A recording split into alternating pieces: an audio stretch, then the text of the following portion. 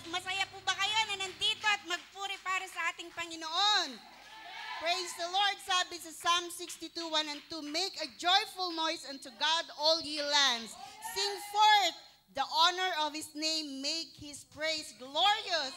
Lahat ng nagagalak, sa sobrang kagalakan, magpuri sa ating Panginoon. Amen! Praise God! Nakalapit ko, O Diyos, sa'yo aawit. Ika'y papurihan sa kalangitan. Ating kamay itataas ka, pangalan mo'y walatiin. Pagkat ikaw, O Diyos, ay dakilan. Napakasayang magbigay papuri. Labis na galak nararamdaman. Pupurihin ka sa bawat tugtugan. Pupurihin ka sa bawat galaw.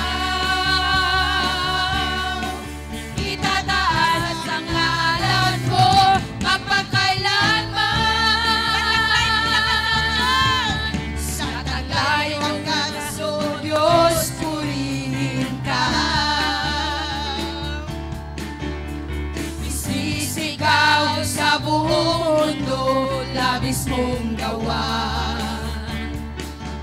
Puso ko ay tuwang-tuwa, kasiyahan ay umahabaw. Katapatan mo, O Diyos, ay dakilan.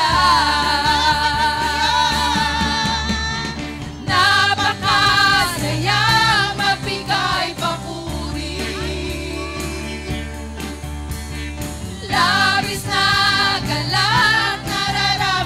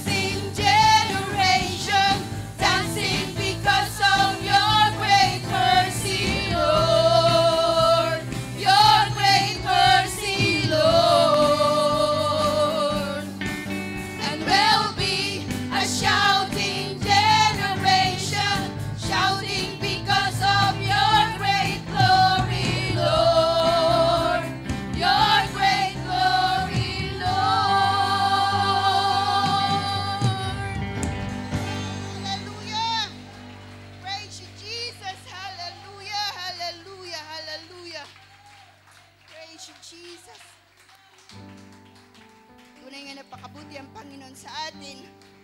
Praise you, Jesus. Hallelujah.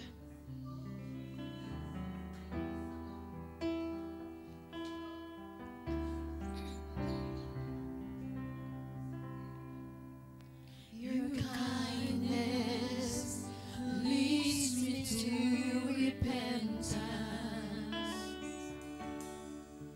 Your goodness draws me to your side. Your mercy calls me to be like you. Your favor is my delight. Every day I'll awaken my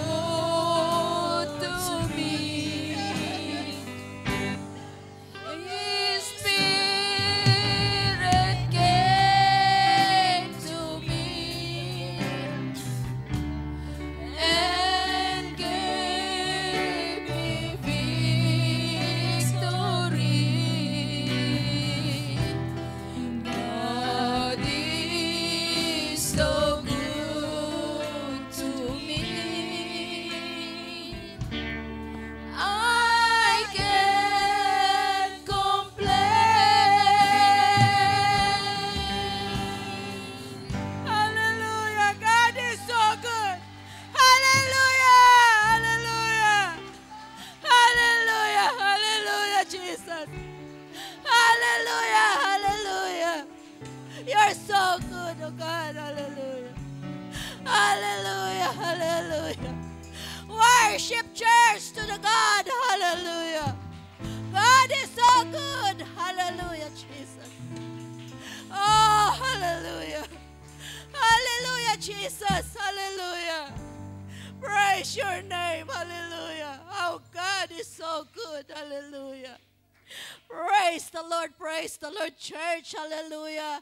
Hallelujah. Hallelujah. Palakpakan natin ang ating Panginoon. Praise the Lord. Hallelujah. Praise God. Hallelujah. Thank you, Jesus. Thank you, Jesus. I call the usherette. Hallelujah. Praise the Lord. Makaupo po tayo, mga kapatid.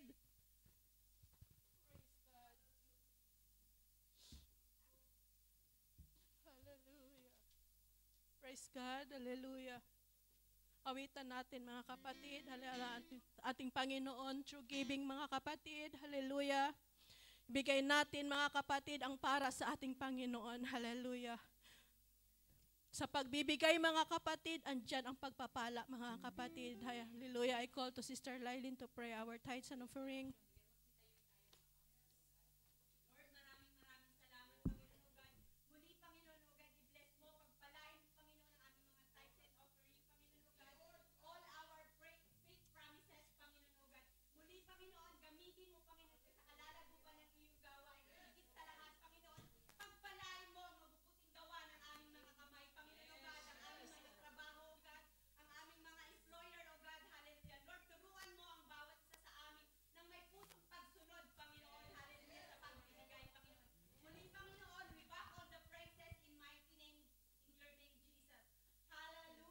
Hallelujah.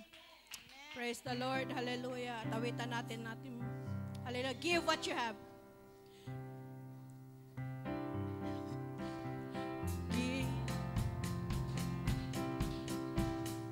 Give what you have.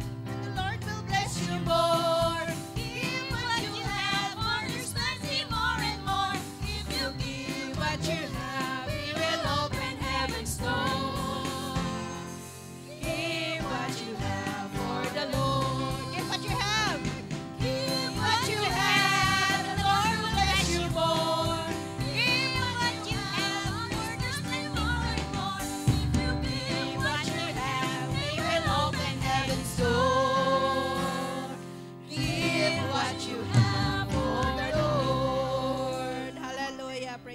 Hallelujah. Ang lahat po ay makaupo, mga kapatid. Hallelujah. Kami po ay magre-render, hallelujah, ng awit para sa ating Panginoon. Tinatawagan ko po ang group 4. Hallelujah. Praise God. Kung alam nyo po ang awit na ito, mga kapatid, pwede nyo po kaming sabayan, mga kapatid. Hallelujah, Jesus. Praise.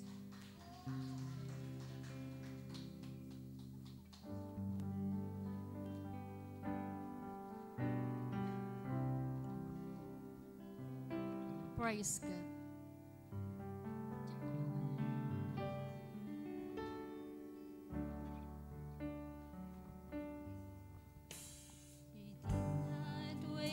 For me to draw near to you, but you called yourself in frail humanity. You did not wait for me to cry out to you, but you let me hear your voice calling.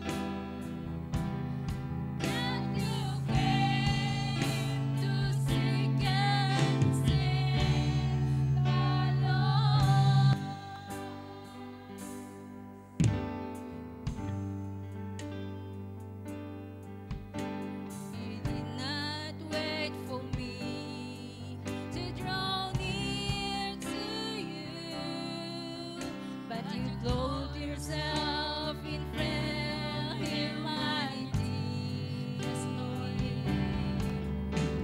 You did not wait for me to cry out to you, but you let me hear your voice calling me.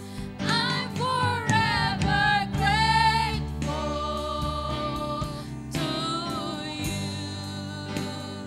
I'm forever grateful for the cross. I'm forever grateful to you that you came and saved the lost. I'm forever grateful to you. I'm forever grateful for the cross. I'm forever grateful to you that you came to seek and save the lost. Thank you, Jesus. Thank you, Lord. Thank you, Hallelujah. Lord. God is so very grateful. Hallelujah. Thank you, Jesus. Thank you, Jesus. I call our preaching today. Hallelujah. Pastor Librado. Praise God. Sabihin natin, God bless Pastor Librado.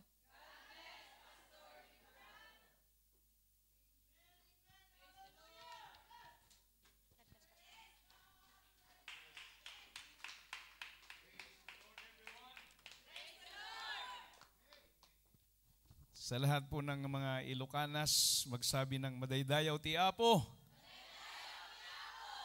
Tanang Bisaya, dalaygo ng Diyos.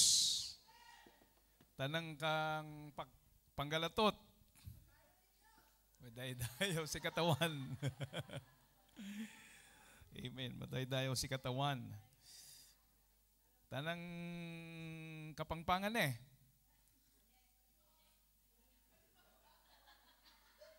Wala. Sister Cynthia lang. Purihin ang Panginoon. So lahat ng Ilongga,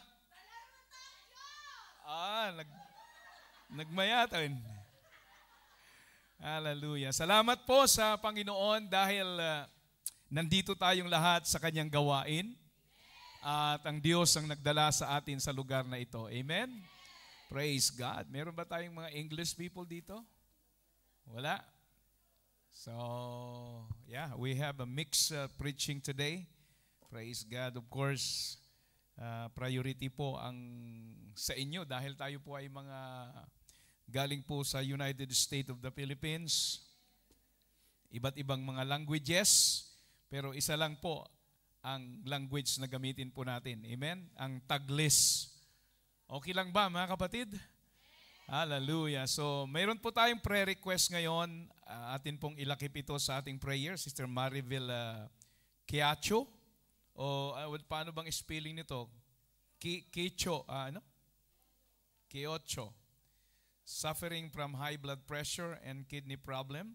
And she is now in the ICU Rotonji Hospital. So, pag-pray natin mga kapatid na ang Diyos ang mag-take over sa kanya.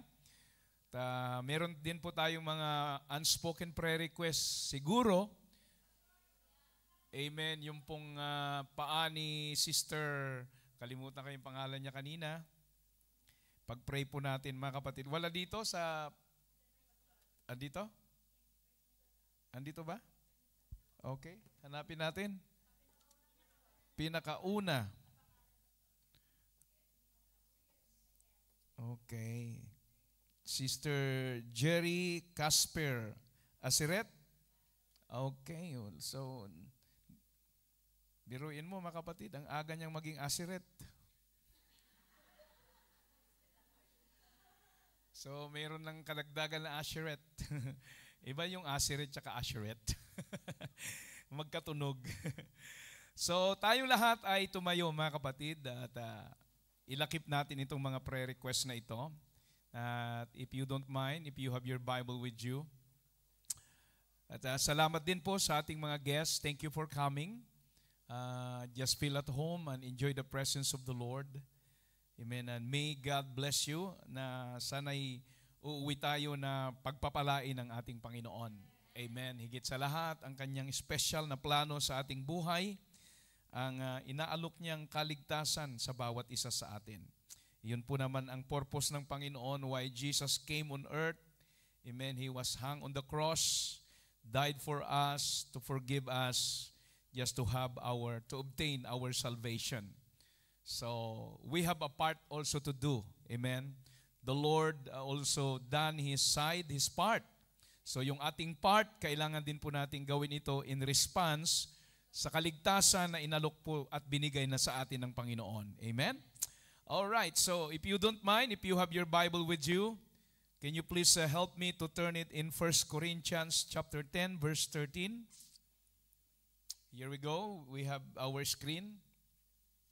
The Bible said, this is about the word of Paul, amen, to the Corinthians people. There hath no temptation taken you, but such as is common to men. But God is faithful. Everybody say, God is faithful. Who will not suffer you to be tempted above that ye are able, but will with the temptation also make a way to escape, that ye may be able to bear it. Kaya, mabuti talaga ang Diyos, mga kapatid. Alam niya na meron tayong kanya-kanyang limitation sa ating mga buhay. Kaya kapag siya'y nagbigay ng pagsubok sa atin, kayang-kaya natin yan.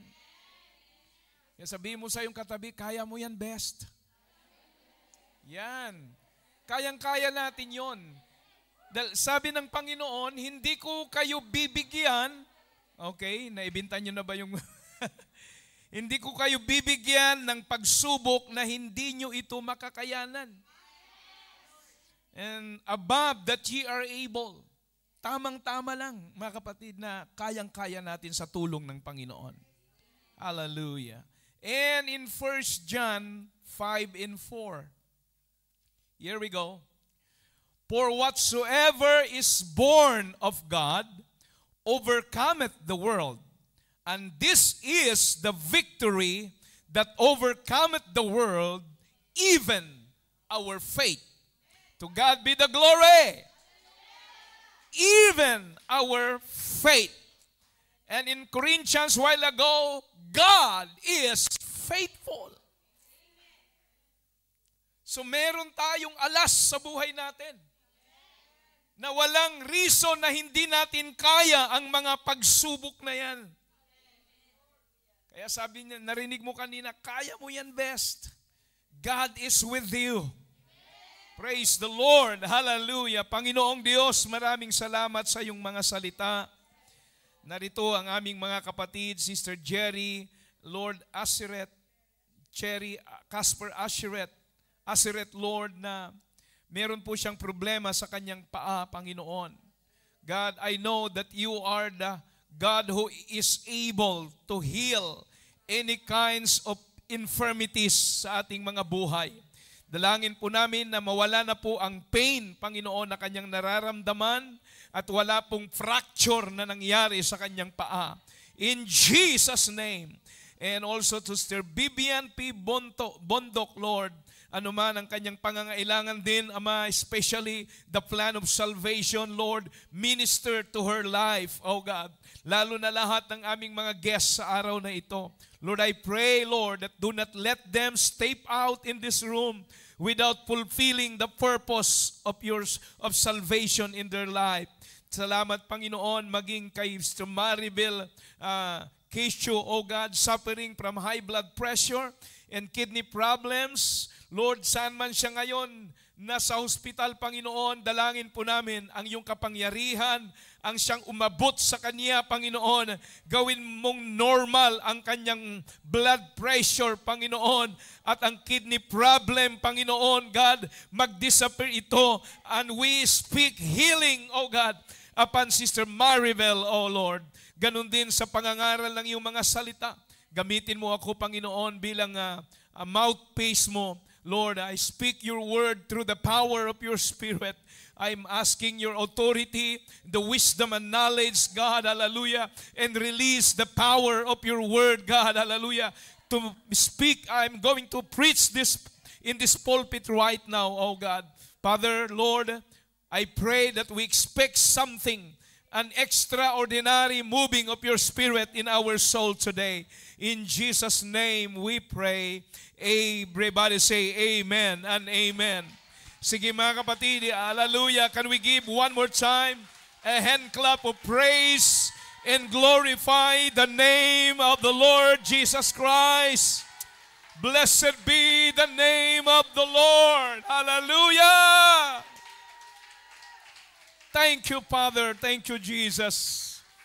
Amen. Bago tayo umupo, nais ko pong hanguin ang mensahe ng Panginoon sa kanyang pamagat, harnessing our defense mechanism.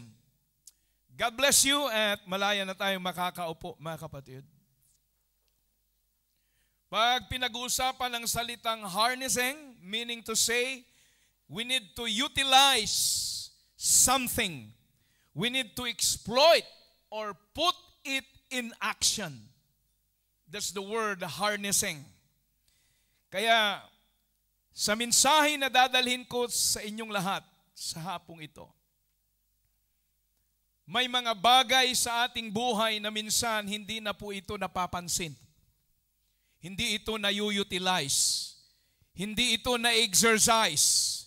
But this afternoon, I'm going, hallelujah, to preach to you, to remind you, praise God, na kailangan, mga kapatid, ma-execute po natin yung mga defense mechanism na mayroon sa atin na binigay ng Diyos. Somebody say, praise God. When God created living things like animals, like men, He equipped them with the defense mechanisms. Are you with me? Nilagyan po sila ng Diyos ng depensa o tagapagtanggol sa kanilang buhay. God equipped them with defense mechanisms. Amen. The use of this defense mechanism is to protect himself from the attackers or the predators. Kaya yun ang dinisign ng Diyos nung nilalang niya ang mga hayop o ang tao. Somebody say, praise the Lord. Pero dalawang klase lamang, mga kapatid, ang klase ng mga animals o hayop, amen, sa mundong ito. Una, ang predators at ang pangalawa ay ang mga preys. Ito po yung dalawang klase ng animal, amen, na nilalang po ng ating Panginoon na nandito sa mundong ito. Predators mean they devour and kill weaker or smaller animals for their food and survival. Ito po yung mga predators. Amen. Sila po'y kumakain ng mga mahihinang hayop. Yung walang magagawang mga hayop, mga kapatid, mga maliliit at hindi nila kayang ipagtanggol ang kanilang sarili para sila ay magiging pagkain lang, para ang mga predators na ito ay makasurvive. Example, mga kapatid, yung lion. Amen. Yung tiger, the crocodiles, the anaconda. Amen. Are predators. Yung kinakain nila ay katulad ng mga koniho. Amen. Sheep. They eat deers, wild pigs, and praise. Sila yung mga biktima dito. Sila yung mga casualty dito. Somebody say amen. Because life in the jungle is survival of the pettiest. Yung mga big na fierce animals ang nagsusurvive. Hello? Katulad ng lion, sinabi ko sa inyo kanina, which is called the king of the jungle. Kaya, God in His wisdom equipped some fruits and some animals with a defense mechanism to defend themselves from the predators. Somebody say amen. Hindi ito tsamba na ginawa ito ng Diyos. Naalala niyo po yung durian? Yung porcupine sa English, mga kapatid. Yung kanyang outside part sa kanyang shell, there is a thorns. Di ba? Kaya hindi mo basta-basta pitasin yun pagka medyo sensitive yung kamay mo. Hello? Kailangan mong gumamit ng globe para pag ganon, hindi ka matitinik. So meron pong defense mechanism ang durian. At pag kinain mo naman ito, mga kapatid, meron pa rin umaataking defense mechanism na. Alam ko yung kinain mo. Kasi yung amoy ng perp mo talagang hanggang sa toilet. Yun ang dala-dala ng durian na defense mechanism niya. Everybody say, praise the Lord. Ang squids, meron din po yung defense mechanism. Meron po siyang tinatawag na cephalopoc ink. That is a dark ink, mga kapatid, substance na kapag hinuli mo si squid, amen, magbubuga po siya ng cephalopod ink para sa ganon, mga kapatid, mag-blurred at hindi mo siya makita kung saan siya magtatago. Kaya minsan mahirap huliin ang squid. Dahil meron po siyang defense mechanism. Are you with me? Yung crabs, meron din po siyang defense mechanism. Meron po siyang tinatawag na pincers, na kapag umangat yung pincers, sumanda ka. Hindi mo basta huliin siya, di ba? Gagawa ka ng paraan, iikutan mo siya kung paano mo siya makuha. Dahil meron po siyang defense mechanism. Yung octopus, meron po siyang sticky tentacles na kapag nahawakan mo yon, sobrang malagkit, mga kapatid. At you. Kaya ayaw mong hawakan kasi ew. Doon pa lang, gumana na yung kanyang defense mechanism. Somebody say, praise the Lord. The snake, are there also a deadly venoms? Yun ang kanilang defense mechanism. Yung skunk, sa Bisaya pa, mga kapatid, pantot. Narinig nyo yan? Itong skunk na ito, meron siyang sariling amoy. Yung amoy ang kanyang defense mechanism. Yung kanyang odor, na kapag naamoy mo ito, mas matindi pa sa perp mo. Amen. Lumalapit ka pa lang, talogong hindi mo kaya yung kanyang odor. So yan po ang kanyang defense mechanism. Meron din pong tinatawag na electric eel. Amen. Itong electric eel, there is an electricity on his body na kapag tinas mo talagang magaground ka. So yun po ang kanyang defense mechanism. Hindi ito tsamba na ginawa ito at nilalang ng Diyos sa kanilang pagiging animal o anumang klaseng hayop po sila. Now, if these creatures have a defense mechanism, how about the church? How about you? How about you, Christian? We have an enemy, tandaan po natin, and that is Satan and his demons. Meron tayong kaaway aside from Satan, aside from the demons. We have also an enemy, our own flesh and the world. Hello? So how we can defend ourselves? Because the Bible said Satan is a cruel predator who's out to steal and to kill and to destroy. Shall we say praise God? So I tell you this afternoon, God does not leave us defenseless. He has equipped us with the defense mechanism that if you will just use rightly, it will bring victory to your life. Shall we say amen? Katunayan, mga kapatid, if you only cling to Jesus, if you hold on to the Lord Jesus Christ, you'll never lose because God predestined your victory. Pwede ba nating ipurihin ang ating Panginoon? We will never lose because God predestined you to a victory. We are already addressed as the champion. You are not a loser. Purihin ang Panginoon. Kaya nga in-inspired po tayo ni Apostle Paul sa 57, mga kapatid. But thanks be to God which giveth us the victory through our Lord Jesus Christ. Kapag ikaw ay anak ng Diyos, hindi ka talunan, hindi ka loser. You are victorious. Kaya yan ang unang-unang pasalamatan mo sa Panginoon. Kapag ikaw ay inaatake ng mga spiritual predators, thank you Lord, dahil alam ko, ginawan mo ako na victorious sa pamamagitan ng Panginoong Hesukristo. Wow.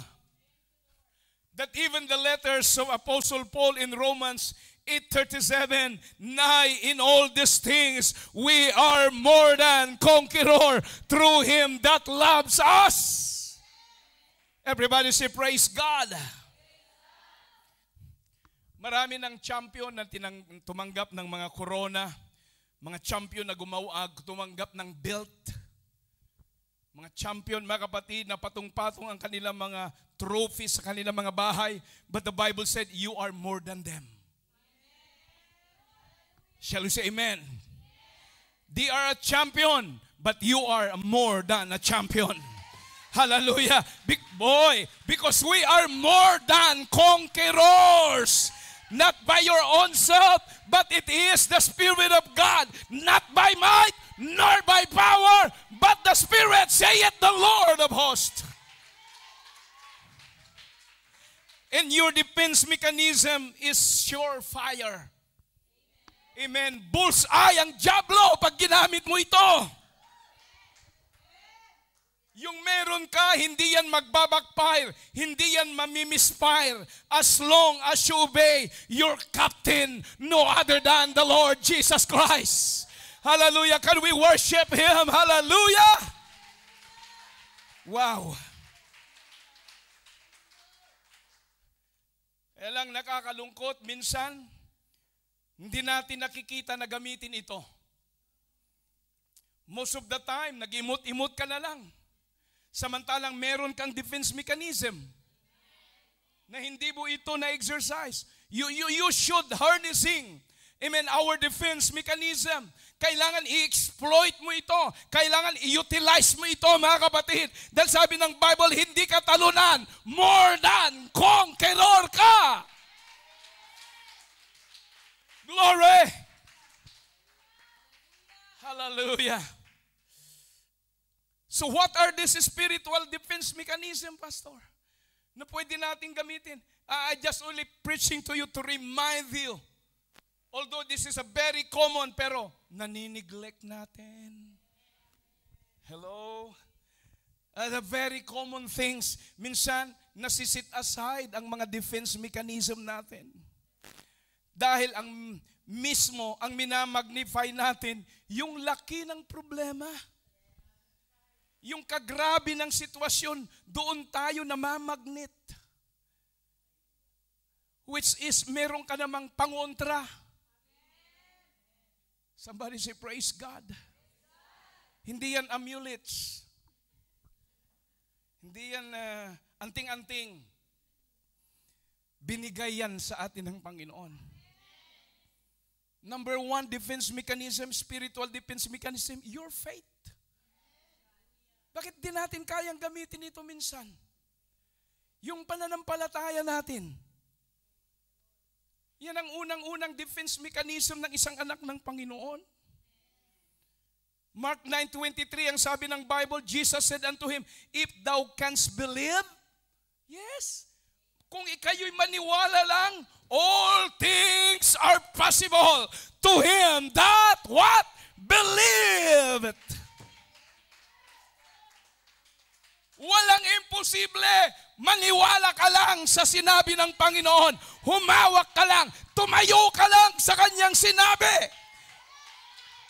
All things are possible to him that believeth.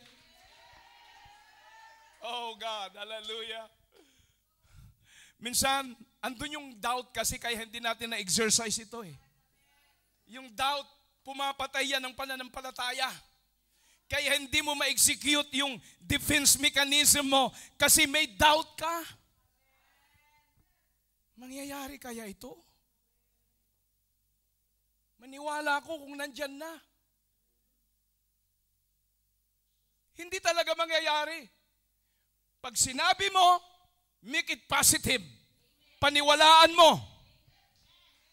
Paniwalaan mo. Magkaroon ka ng advanced perspective. Hallelujah. Na kahit hindi pa dumarating, nakita mo na mangyayari ito. That's what faith it is.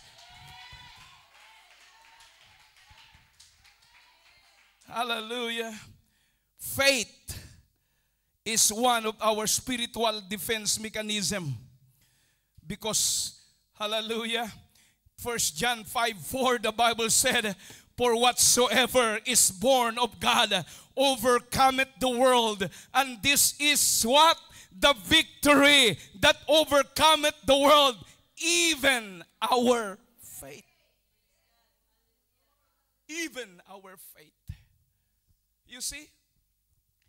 Your faith will defend you. But you must harness or use it. Hello? Because it is useless if you don't use it. Maging useless. Sabi po ng isang mangangaral, mga kapatid, sa Korea, si Dr. David Yonggitcho, when he said that our faith is like the two arms on our shoulder.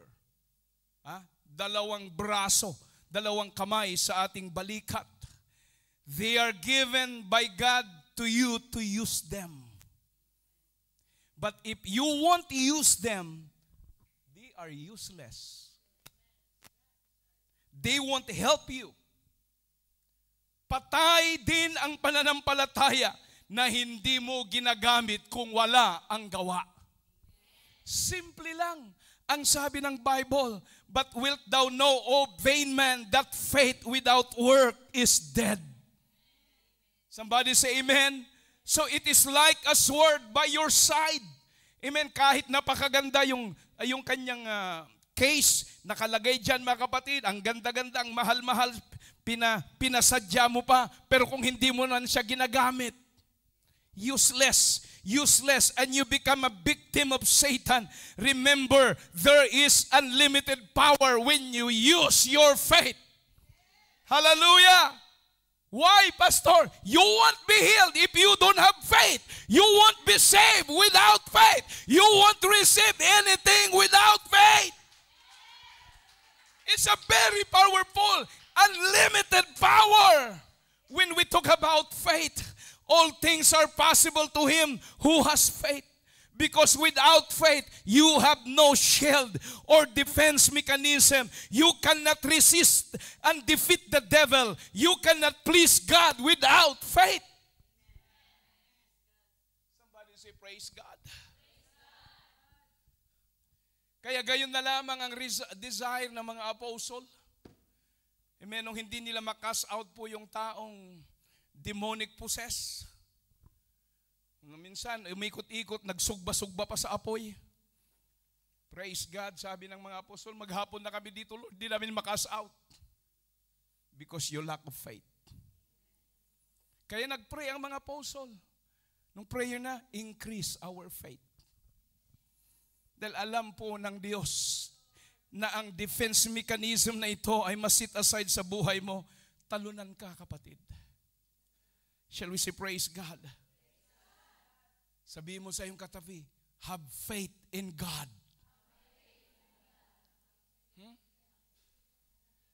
Huwag mong hayaan na ipit-pit ng kaaway ang faith mo. Para hindi ma-execute yan, mga kapatid. Hallelujah. Huwag mong hayaan nagapusin ang pananampalataya mo ng diablo. Everybody say, praise the Lord. Actually, yung faith, nagagamit din po yan sa tithes and offering. Anong connection, pastor? Hindi ka nagbibigay, ikaw ang nagtutulak ng pagpapalang palayo sa iyo. Dahil wala kang pananampalataya. Kasi ang iniisip mo, nawawalan ka pag binigay mo yung 10% sa Panginoon. Tinitwist ang kaisipan mo ng diablo. Shall we say amen? Kaya if you rob, if you steal the 10% from God, you are forcing the blessing away from you. Ikaw ang nagtutulak. But if you give more, the blessing will come, overtake you. Hallelujah, will come upon you and overtake you. Ikaw din ang umihilang palapit. Amen, ang palapit ang mga pagpapala. Kapag lumapit, lumalampas pa dahil sobra-sobra. Hallelujah. So the number 2 spiritual defense mechanism is the Word of God. Aside from your faith, it is the Word of God. That's what James 1:21 says. Wherefore lay apart all filthiness and superfluity of naughtiness, pasaway, and receive with meekness the engrafted word, which is able to what? To save your soul. Hallelujah. Akala mo, basta-basta lang yung hawak mong salita ng Diyos na binabasa, minibinitate. Amen. Yan ang nagpipreserve sa iyo para manatili kang ligtas. Dahil ang salita ng Diyos ay nagliligtas ng kaluluwa. So the next important defense mechanism, amen, God has given us is His Word. Because the Word is like the two-edged sword. Amen. Hebrews 4:12, which will enable us to fight the enemy. Hindi mo kayang harapin ang kaaway, pero kung meron kang salita ng Diyos, kayang-kaya natin yan sa tulong ng Panginoon. Because the Word of God will keep us from sin. Amen. Psalms 119 verse 11. Amen. Thy word have I hid in mine heart that I might not sin against it. Ang sabi ni David, and has both a defensive and offensive use. We can defeat the devil by using it as our sword. Somebody say amen? Ephesians 6:17. Yan po ang sword ng Espiritu. So a Christian who has no word will become a victim because he is, amen, he is a weaponless Christian. Kaya mahalaga na may salita ka ng Panginoon. Kaya ngayon, mga kapatid, kung hindi ka pa talaga nag-aral ng discipleship lesson mo sa 2023, magkaroon ka na ng vow sa Panginoon. Lord, this coming 2024, ngayon pa lang, mag-aaral ako ng salita ng Panginoon. Karamihan, mga kapatid, na talunan na Kristiyano, empty sila sa Word of God. That's what Christian has. No word will become a victim because he is a weaponless Christian. That's why it is called the sword of the Spirit. As Apostle Paul addressed us in 6:17 of Ephesians. Remember, when the Lord Jesus Christ, during His 3.5 years in His ministry, He was tempted by the devil in the wilderness. And what did Jesus use? You see? Hindi siya parang cowboy na pumunta sa wilderness, naglagay ng sombrero, naglagay ng 38 calibers, may 2 holster. Mga kapatid, meron siyang kabayo. No, no, no. With His 3.5 years in His ministry, He encountered temptation by the devil in the wilderness. At ano ang ginamit ni Jesus Christ? God's Word. God's Word. Hindi siya nag-alalito lapid na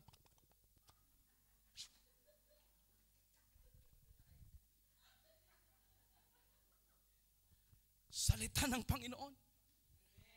3 beses niyang binanggit. 3 times, mga kapatid.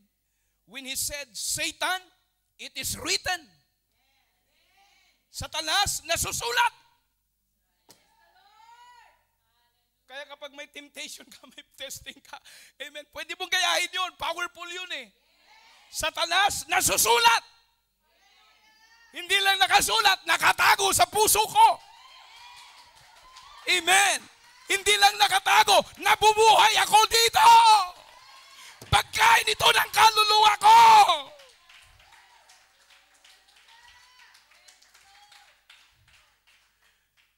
So when Satan hear that from you, he has no alternative, amen, but to retreat. Somebody say amen? Hindi siya nagkuha ng isang revolver at tinamaan si Satan. No. Praise God. 3 beses niyang sinabi, it is written, Satan. Hallelujah. That's why Satan has no alternative but to run away. Because in Jesus' ministry, He used the Word. He quoted the Word. And He preached the Word. He even cast out demons and healed the sick with His Word. Hindi magic ang dinala ng Panginoon. Ang Kanyang ginamit ay ang salita, ang pangako ng Panginoong Diyos. Dahil maging ang dyablo ay sumusunod sa salita ng ating Panginoon. Everybody say, praise God. Look at in Matthew 8:16. The Bible said, when the even was come, they brought unto Him many, everybody say many, that were possessed with devils. Not a single one. Maraming mga kapatid na possess ng demonyo. At ang ginawa ng Diyos, and He cast out the spirits with His, akala ko baril niya, with His Word, and healed all that were sick. Nagsisi ba kayo na nag-aral sa discipleship? Nagsisi ba kayo na nakikinig sa growth class? No. They'll miss something. Sa bawat binhi ng salita ng Diyos na naipupunla sa iyong puso, pwede mo itong gamitin sa panahon ng kasaganaan, sa panahon ng pagsubok, sa panahon ng karamdaman. Hallelujah! Epektibo ang salita ng Panginoon. Hallelujah! Dahil hindi lang ito nagliligtas, kundi ito'y nagpapagaling sa lahat ng may karamdaman.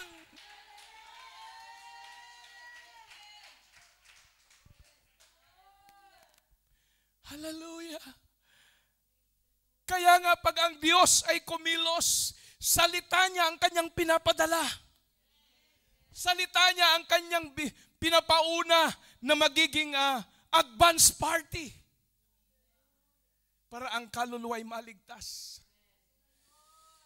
Sa Psalms 107 verse 20, here we go. He sent His word. Pinadala niya ang kanyang salita. At nung pinadala niya ang kanyang salita, and healed them. Wow! Sa salita, may kagalingan. And deliver them from their destructions. Salita ng Panginoon. Diyan ka kumapit ng matibay. Dahil ang kanyang salita at ang Diyos, hindi yan magkahiwalay. From where the Word of God is there. Where God is, the Word of God is there. Saan ka pupunta? Saan ka kakapit? Maraming taong kumakapit doon sa mga, kung ano-anong pinapatayo, kung saan-sang sulok, doon sila kumakapit. Kapit ng kapit, punas ng punas. Hello? Praise God. At kapag medyo obsolete nga yung amoy nung pinupunasan, pupunta na naman si sakristan, i-sprayhan na naman. At ikaw naman na may, sige. Doon sila kumakapit. Salamat. Pinagpawisan na rin ako. Pero kung diyan ka laging kumakapit, kung nasaan yun, doon ka rin. Doon ka rin. Kasi hindi yan gumagalaw eh. Chok yan. Semento yan. Gawa ng tao yan. Bakit mo kapitan yung gawa ng tao? Samantalang yung salita ng Diyos, pag ginamit mo, pag kinapitan mo, He sent His word. So, kung ang Diyos nagpadala ng kanyang salita, so lahat ng kumakapit sa kanyang salita, kasama siya sa paglalakbay. Kasama siya, mag-around the world siya, mga kapatid. Kung pinadala ka ng Panginoon sa isang bansa, salita ng Diyos ang dahilan. He sent His word. At ano ang accomplishment ng kanyang salita kapag kasama mo? Maraming gumagaling, maraming nalideliver, maraming naliligtas. Palakpakan natin ang pangalan ng Panginoon.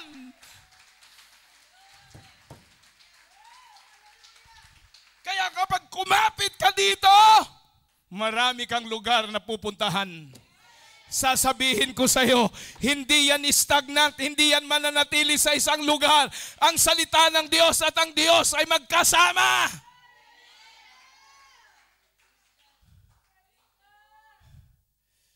Mawalan man lahat ng bagay, masunog man yung pinunas-punasan mo. Amen? Praise God. Amagin man o matunaw man yan, mga kapatid. Hindi naman magtatagal yun eh. Hello? Mawala man sila, po yung salita ng Diyos na kinakapitan mo, heaven and earth are pass away, but my word shall not pass away. Shall we say praise God? Kasi ang salita, babalik yan sa langit. At kumakapit ka sa salita, di kasama kang babalik. Kung nasaan yung salita pupunta, doon ka rin pupunta. Paglakpakan natin ang Panginoon. Sino ba yung salita? God is the Word. And the Word was with God. Oh, hallelujah!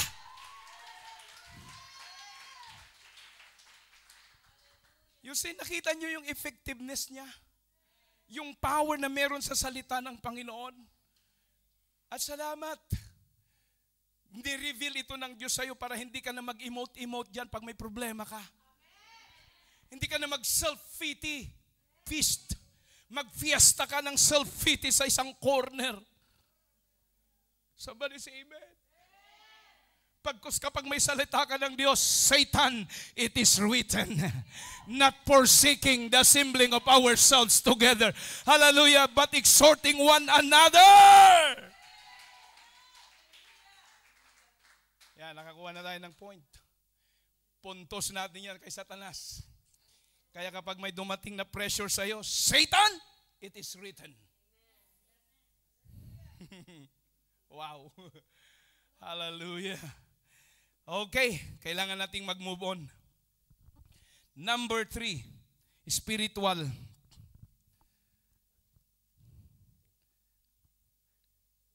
Fervent prayer. Aha. Everybody say, aha. Praise God. Spiritual defense mechanism is fervent prayer. James 5:14, alam natin po ito. If any man sick among you, let him call for the elders of the church, and let them pray over him, anointing him with oil in the name of the Lord Jesus Christ. Amen. Another defense na kailangan natin itong ma-execute is our prayer life. Prayer is talking to God and is the avenue of power. Dito dumadaan ang kapangyarihan ng Diyos papunta sa iyo. Pag sinabing avenue, maybe that is a wire, a highway, whatever things na pwedeng daanan. Kahit yung bahay mo, napakaganda, inubos mo lahat ng sweldo mo doon. Bumili ka ng napakaraming appliances. Panay ka pa door to door. Puno na yung bahay mo. Pero kung walang wire, ang bahay mo na nakakonect sa power supply ng Meralco,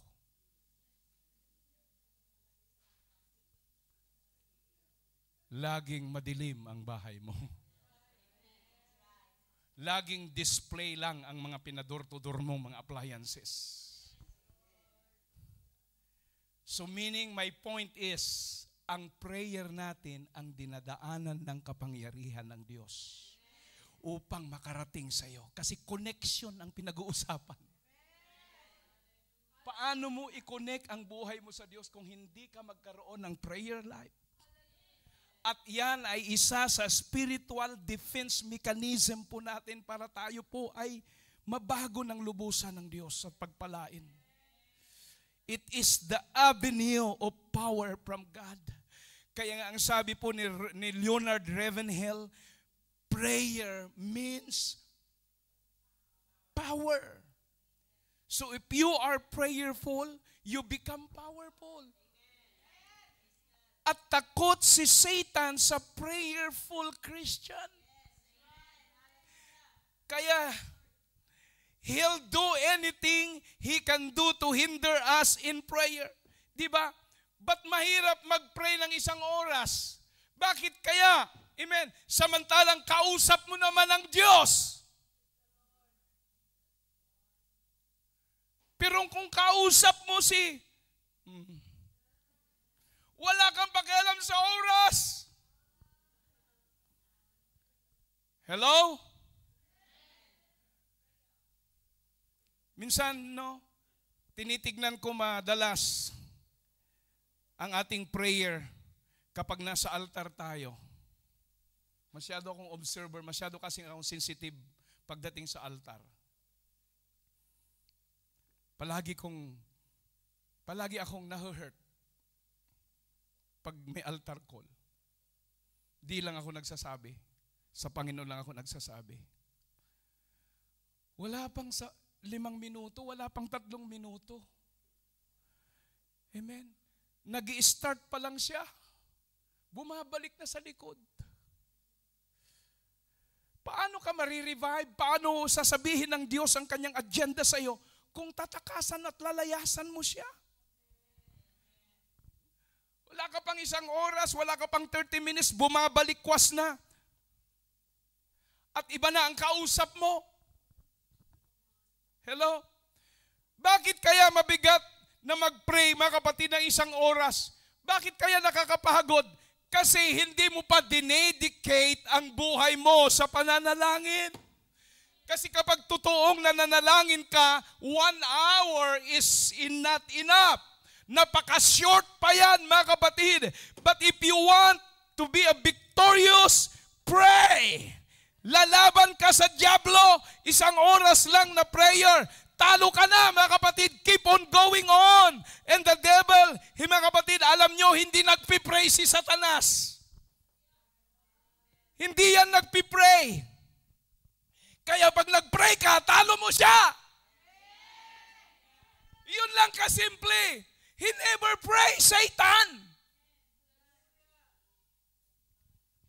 Kaya kung hindi ka rin mag-pray, you're like the devil. Di ba? 1 plus 1 equals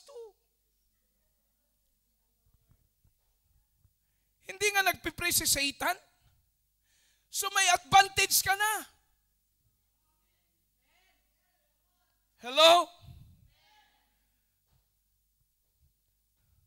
If you are weak, if you are carnal and godless, mga kapatid, kulang ka talaga sa prayer. Everybody say praise God. Sabi nga ni Samuel Sumer sa kanyang book, a prayerless man is a godless man. Hello? Kaya if you want to be victorious, Saturday group, pray. If you want to have a strong self-defense, pray. Remember, prayer is one of the stronger safety nets that you can have in your life. Hallelujah! Praise God!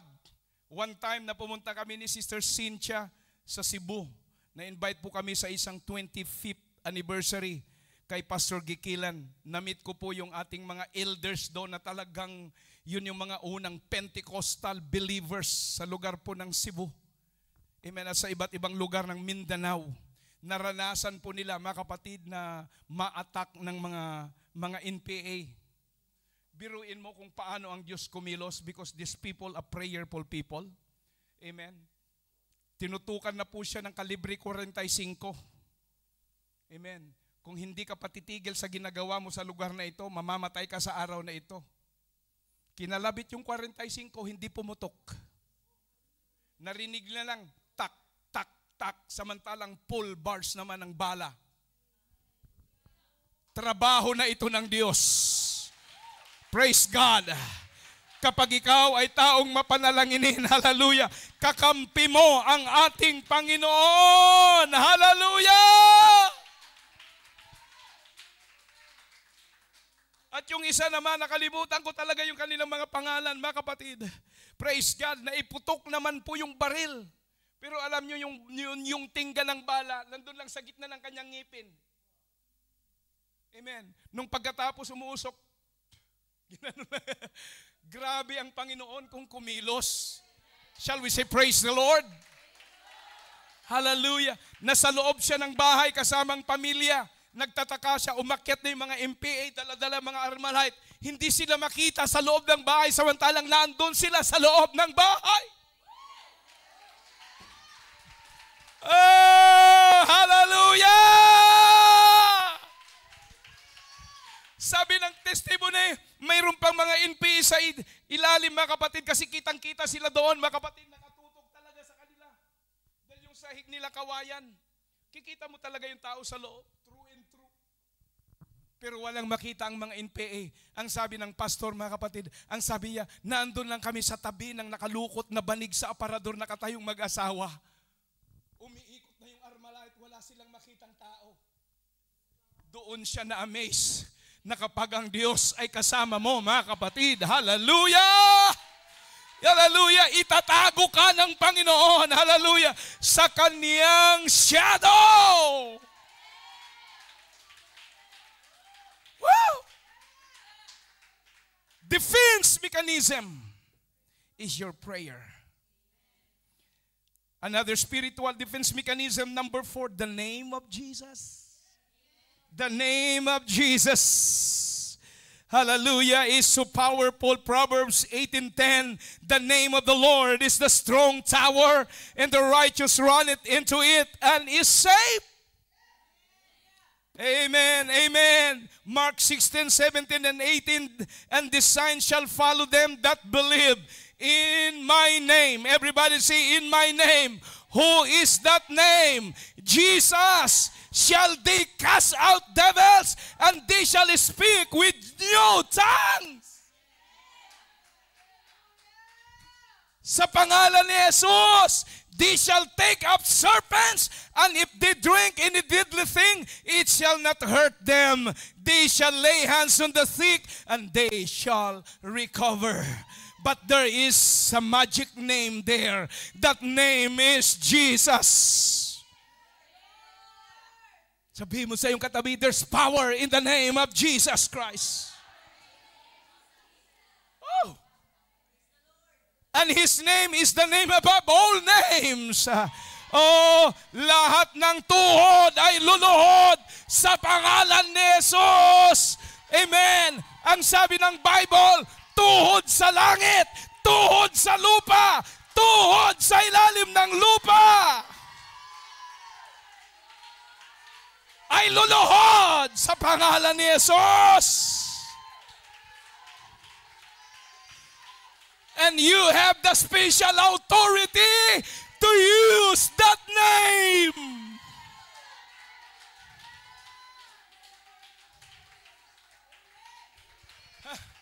Kaya kapag tayo nanalangin, in Jesus' name, if we were baptized, in Jesus' name, if we will cast out demons, in Jesus' name, kaya pag may demon possess, lalayas yan sa pangalan ni Jesus.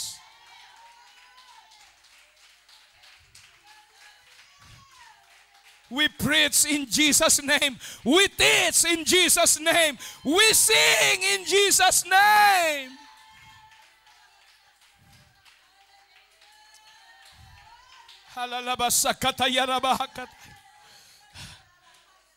Pag umawit tayo sa pangalan ni Jesus, in the name of Jesus, in the name of Jesus, we have victory. In the name of Jesus, devil will have to flee far away. In the mighty name of Jesus, tell me who can stand before. In the mighty name of Jesus, we have the victory. Kaya kung may kailangan ka sa buhay mo, karamdaman, you are in danger situation, use the name of Jesus and you will be protected. He is the strong tower and the righteous run into it and is safe. Wow. May kapanatagan sa pangalan ni Jesus. May safety sa pangalan ni Jesus. Oh, hallelujah. Another one, second to the last, spiritual defense mechanism, the blood of Jesus. Wow. You know, if we walk in the light, ang sabi po ng 1 John 1:7, as He is in the light, we have fellowship with one another. And here we go. And the blood of Jesus Christ, His Son, cleanseth us all from sin, or all sin in our life, by the blood of Jesus Christ. Ephesians 1:7, in whom we have redemption through His blood.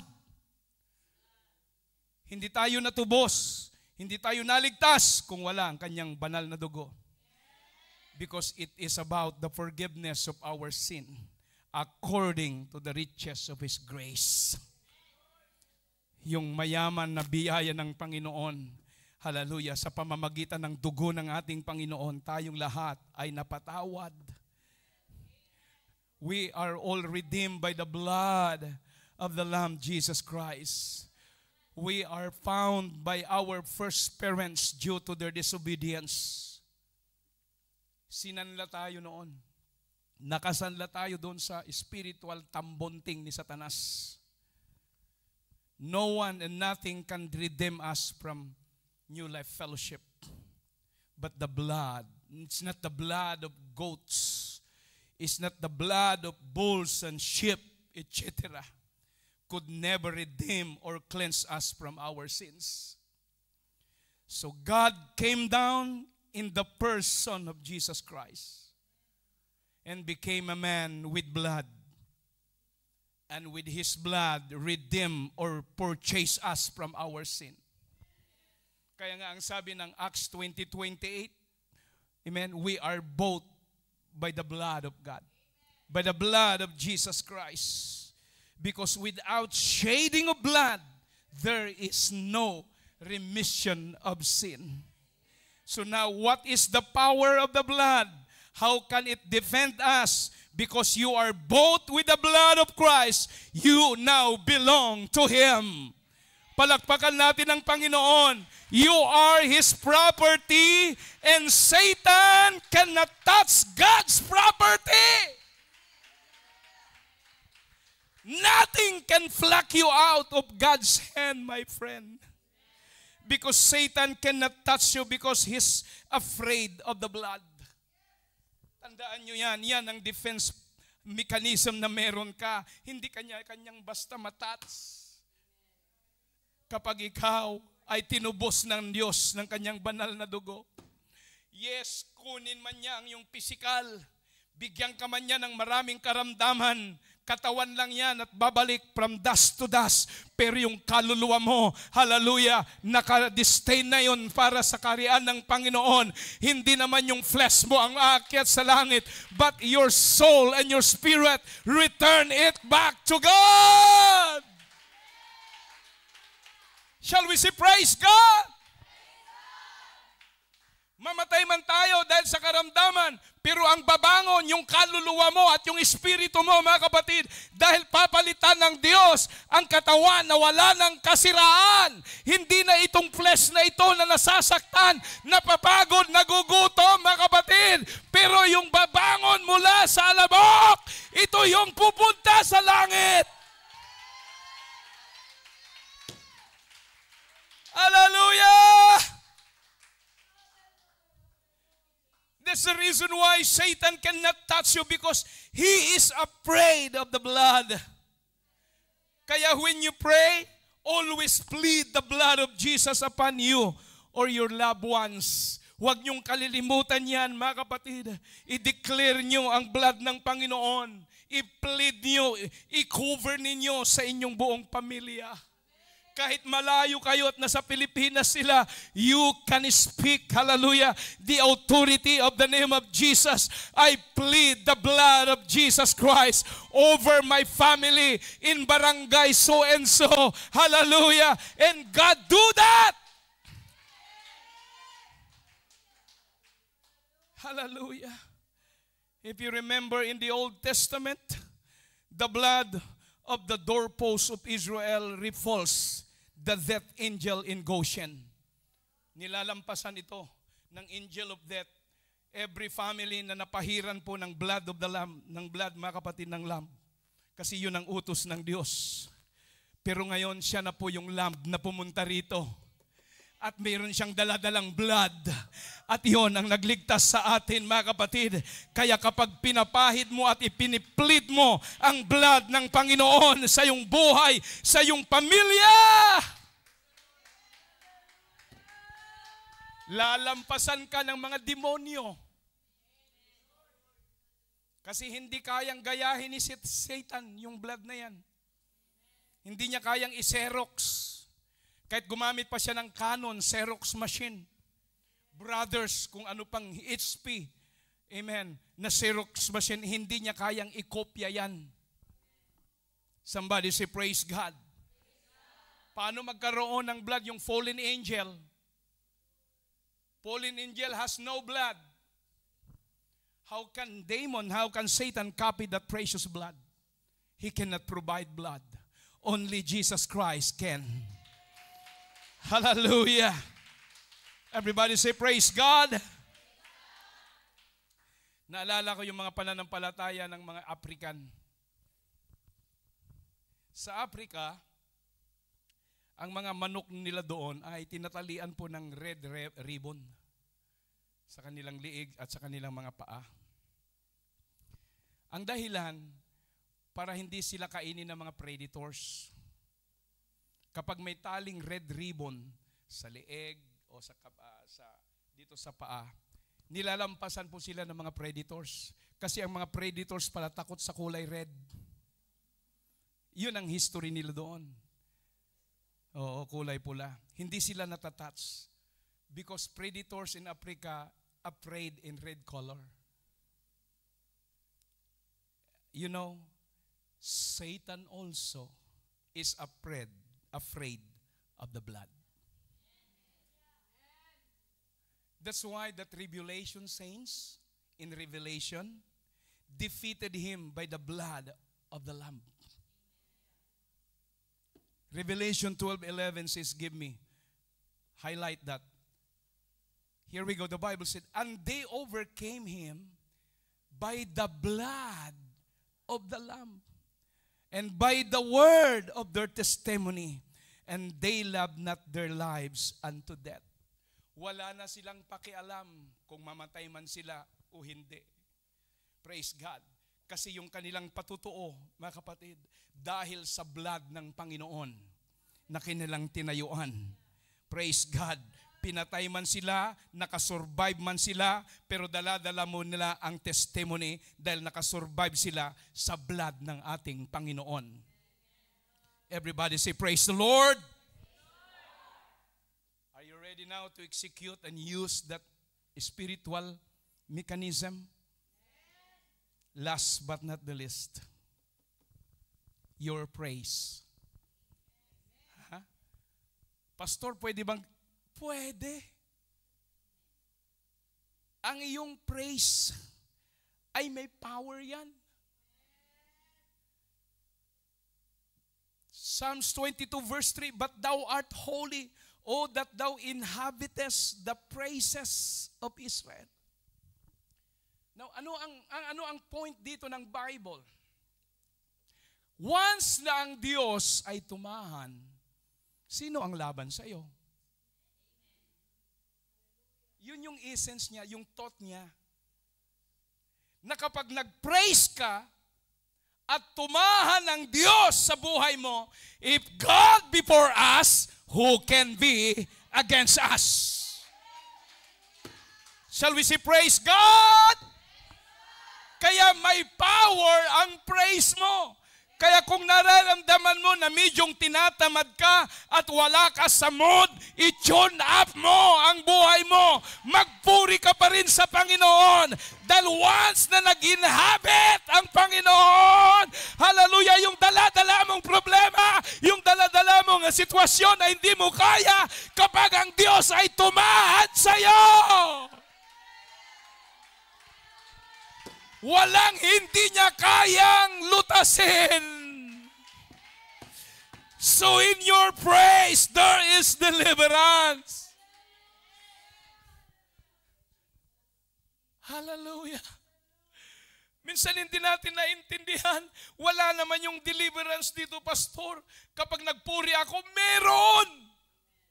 Unawain mo yung sinabi niya, once na nag-inhabit sa iyo ang Diyos.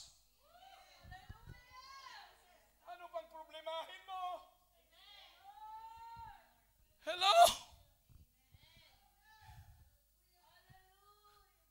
Once God's dwell inside of you because you praise the Lord.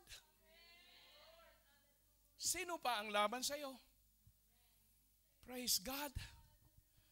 In Hebrews 13:5, let your conversation be without covetousness, and be content with such thing as ye have. For he hath said, hallelujah, I will never leave you nor forsake you. So there is an unlimited power in our praise, because praise is a divine magnet to your life, so that God will come down upon your life when we praise. And God's presence descends and inhabit our praise. Oh, pag bumaba ang Diyos, I will tell you, Satan will flee away and his demons, because he cannot coexist with God. Kaya dapat maging palapuri ka sa 30 group. Shall we say amen? Hirap na hirap kang parselasin ng Diablo. Amen? It is written, pupurihin ko ang Panginoon. Nasusulat, Worship God in spirit and in truth.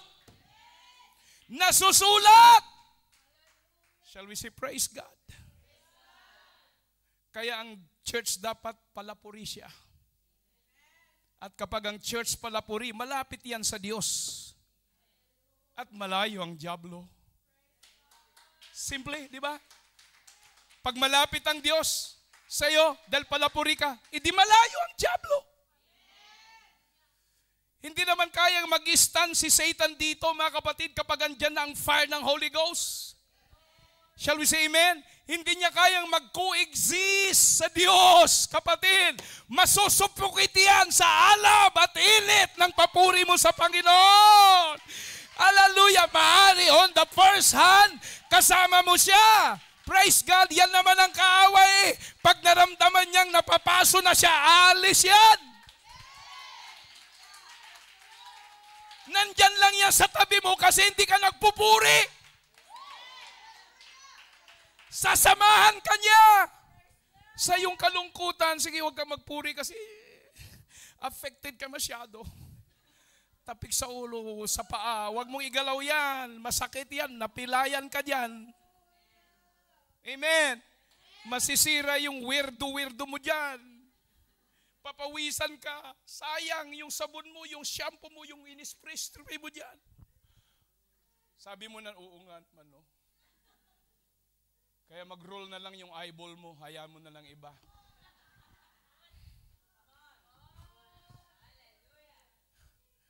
You are not here, amen, just to display yourself to somebody else.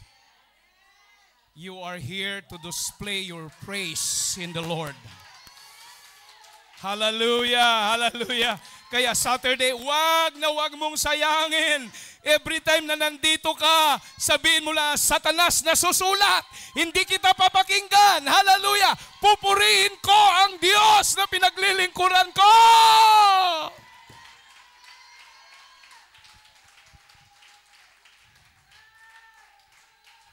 Why? Because the reason praise is a defense mechanism is because praise attracts God. And He dwells in our praises. Kaya pag andiyan ng Diyos, may revival. Kapag nandyan ang Diyos, may conviction. Kapag nandyan ang Diyos, may conversation. Kapag nandyan ang Diyos, may miracle na mangyayari. If you do not believe it, why don't you try it today? You will never know until you try it. Kaya Saturday, mag-praise tayo sa Diyos. At ang lakas ng presensya ng Diyos, He can perform a miracle in our life today.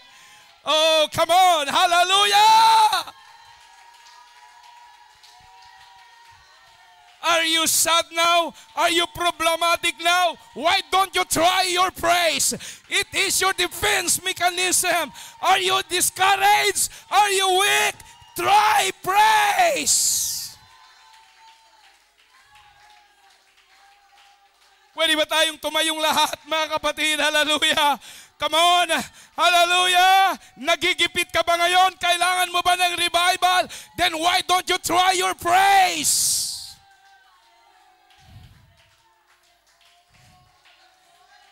Nakakaranas tayo ng spiritual hopelessness at parang minsan wala tayong mapuntahan. And why don't you try to praise God?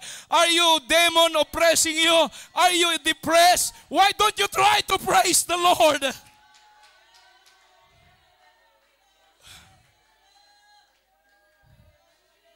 Use it to repulse the enemy. Oh. So you heard these 6 points that I'm talking about. So, church, Saturday group, harness your God's given defense mechanism and you will become victorious. Ngayon mo gamitin. Ngayon mo, hallelujah.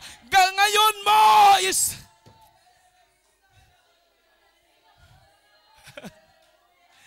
Ilalabas sa karada, karada, sa karababa, karaya, labakay.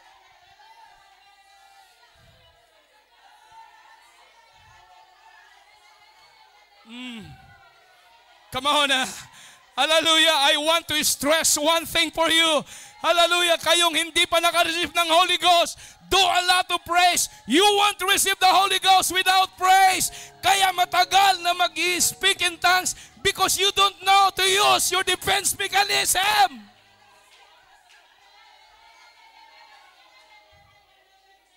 Hallelujah. Come on. Let's pray. Let's praise.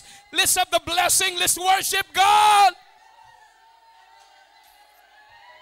Let the Holy Ghost fall on the day of Pentecost. Until now, God is doing that. And they were all filled with the Holy Ghost. Oh, come on. Hallelujah. God is here right now, church. God is here right now. Hallelujah. He wants to minister to your needs. Oh, come on. Let the Holy Ghost move. Let the Spirit of God move. I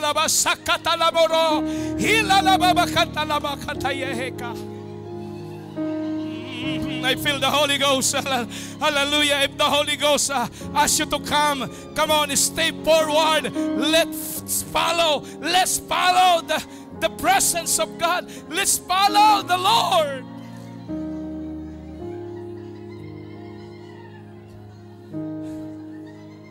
Oh God, why we don't join together in the altar right now? Bakit hindi tayo magkaisang lahat sa altar sa oras na ito?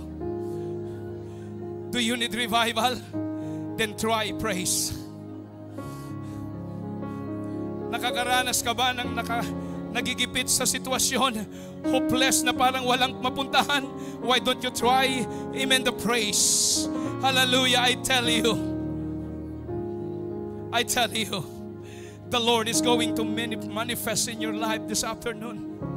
Hallelujah. If you want to stress out something in your life and receive the Holy Ghost, come on, this is the right time. This is the right moment in the name of Jesus. The Holy Ghost is ready to fill, oh, hallelujah, in this place right now. And you will be filled in the power of the Holy Ghost. Hallelujah. I pray in Jesus' name, hallelujah, muli pong kalagan, Panginoon, hallelujah, ang ilog ng iyong Espiritu. Hallelujah, dumaloy ka sa bawat kaluluwa. Kumilos ka na may kapangyarihan, Panginoon, kung paano mo pinuspos ang mga alagad mo sa upper room. We are here joined together,